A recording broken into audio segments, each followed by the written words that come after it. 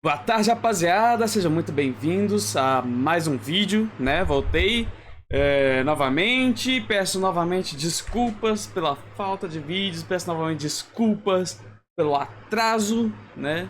Nos nossos vídeos. Eu ando passando por muita coisa na minha cabeça e é por isso que anda um pouco difícil, sabe? De gravar. Mas tenho certeza que tudo vai passar com o tempo. Então, não se preocupe com isso. Pra quem não me conhece, meu nome é Lucas. Alguns me chamam de cinema. Sou monitor de algoritmos de estrutura de dados de vocês. E hoje a nossa aula vai ser sobre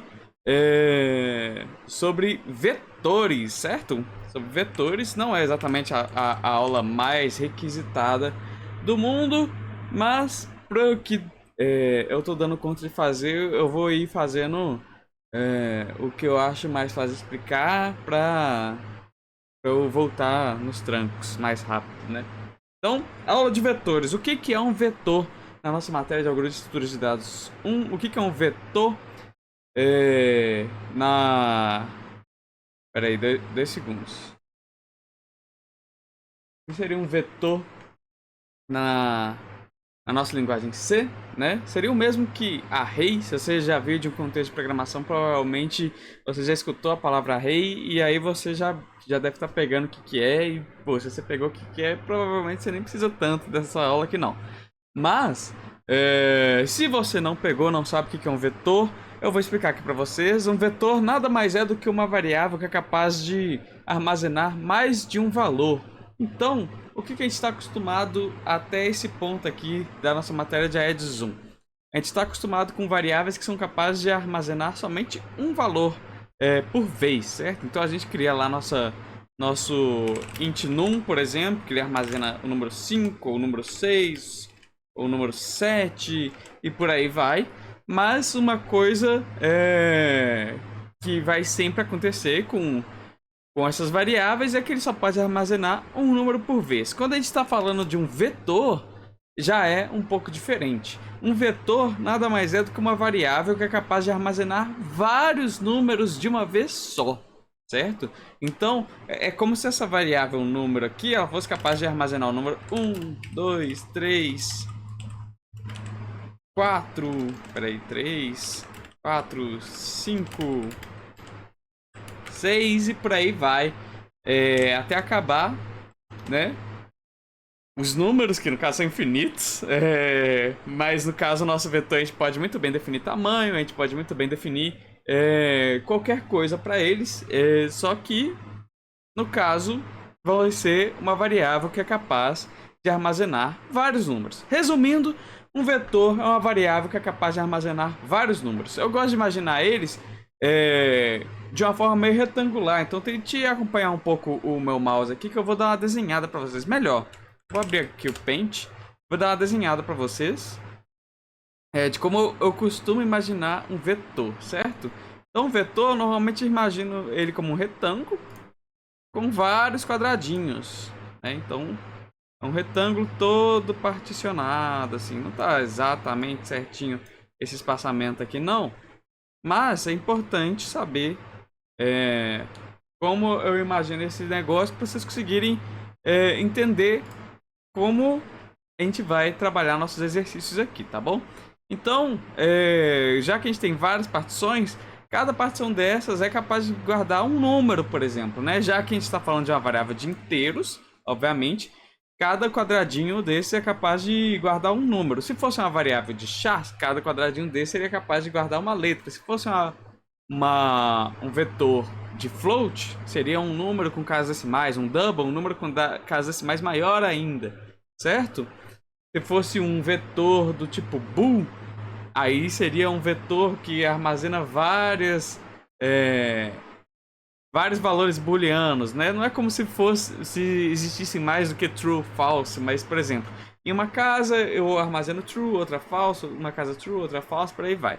Então, o que eu tô falando é, quando a gente tem um vetor, nessa primeira casa eu posso armazenar o número 1, nessa o número 2, nessa o número 3, aí aqui, sei lá, o dei a louca, eu quero armazenar o número 60, eu quero armazenar também o número 37, eu quero armazenar também o número qual o número que eu posso armazenar?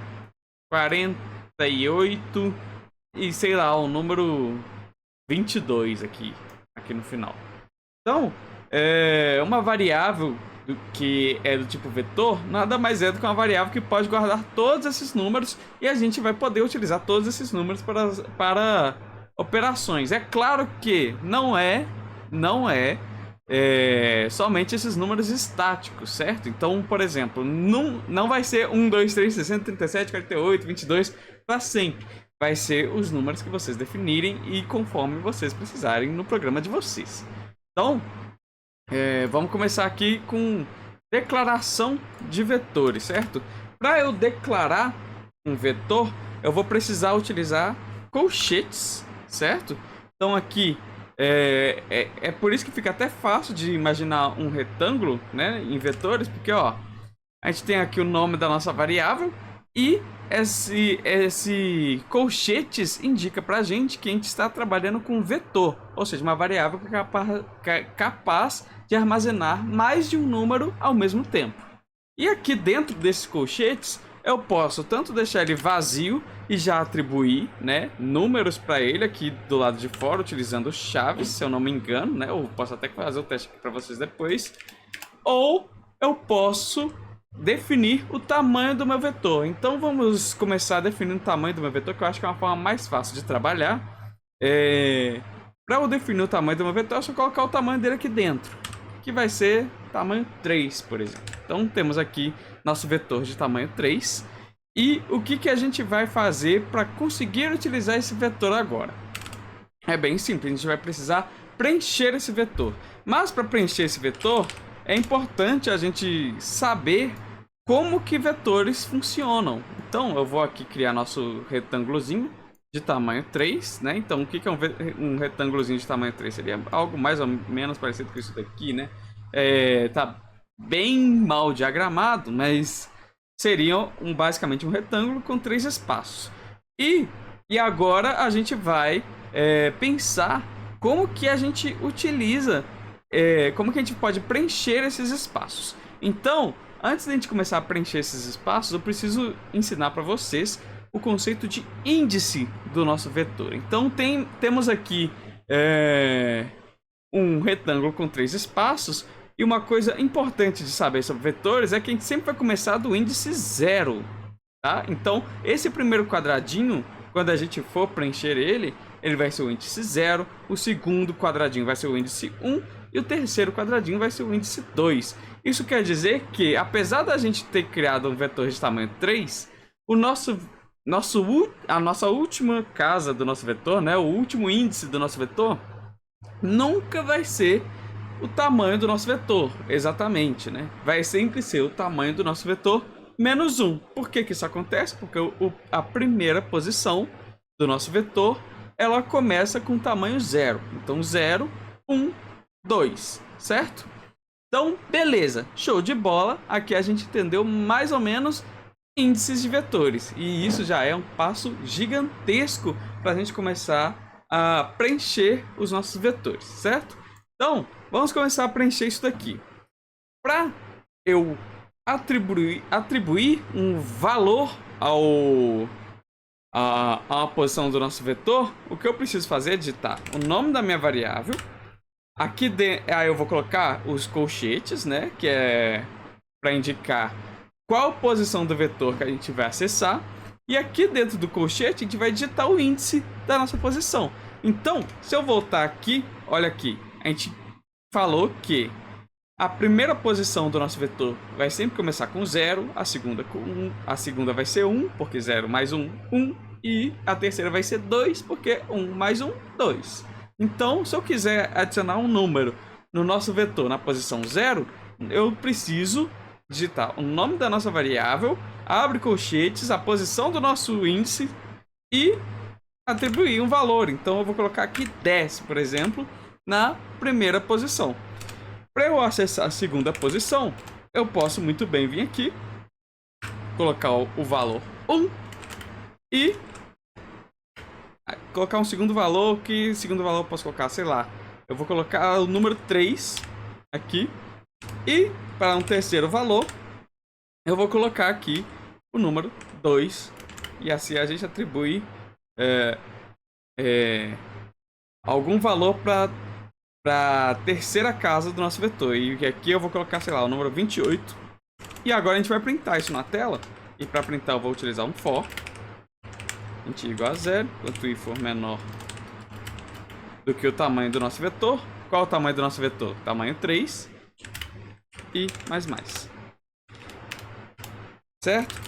E por que eu estou utilizando um for? E por que eu estou utilizando desse jeito esse for que eu estou fazendo aqui? Vamos lá. Eu estou começando o nosso for com a posição 0. Por quê? Porque a primeira posição do nosso vetor vai ser a posição 0. E eu estou colocando que ele vai ir até o tamanho do nosso vetor, ou seja, ele vai repetir apenas 3 vezes. Por que são 3 e não 4, já que eu começo com 0? Porque é apenas menor. E vai acessar todas as posições do nosso vetor. Então ele vai começar com 0, vai incrementar.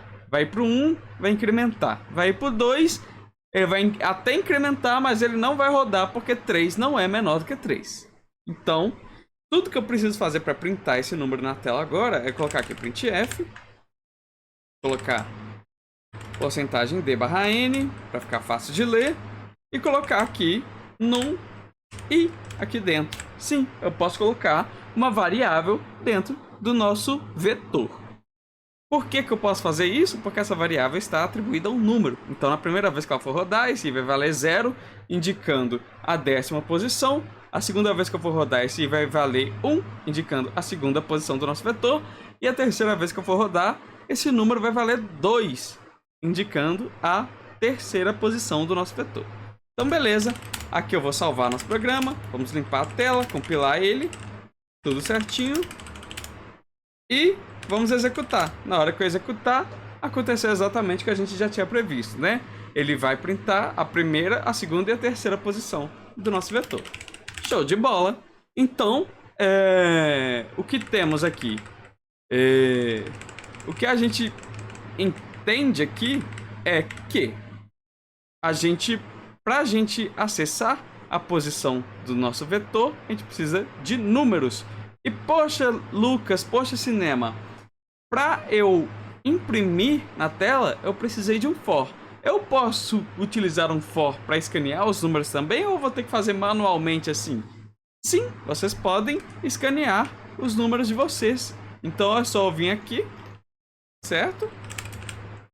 Dar um for aqui, int i igual a 0, enquanto i for menor do que 3. E mais. E agora a gente vai escanear os números para o nosso vetor, né? Então eu vou colocar aqui num e exatamente como está ali embaixo. E agora a gente está escaneando, certo? Então a gente tem aqui o nosso vetor. A gente tem um for que vai de 0 até o tamanho do nosso vetor. A gente tem um scanf para a gente escanear os números do nosso vetor. E aqui depois que a gente escanear tudo, ele vai printar na tela. Então, se eu vier aqui, salvar, sair do nosso programa, compilar nosso programa, menos a exec. Aí, deu um probleminha aqui, mas a gente já vem aqui consertar. Por quê? Porque eu esqueci de um pequeno detalhe, gente. Eu esqueci de informar o endereço de memória. Vocês lembram lá no início do semestre, quando a gente começou a trabalhar com o scanf, que a gente falou sobre o endereço de memória no scanf, que é necessário e tudo mais? Então, aqui eu acabei esquecendo. E por conta de eu ter esquecido, a gente recebeu aquele warning ali, mas não tem problema. A gente já resolveu isso, agora é só eu compilar nosso programa de novo e, como vocês podem ver, dessa vez eu não tive problemas. Então, vamos executar. Agora, se eu digitar os mesmos números lá de novo, né? Não, vamos mudar os números um pouco dessa vez. Vai ser 47, 58 e 90. Ele vai printar exatamente 47, 58 e 90. Tudo isso utilizando somente uma variável. E essa é a nossa aula de vetores. Espero que tenha ficado claro para vocês.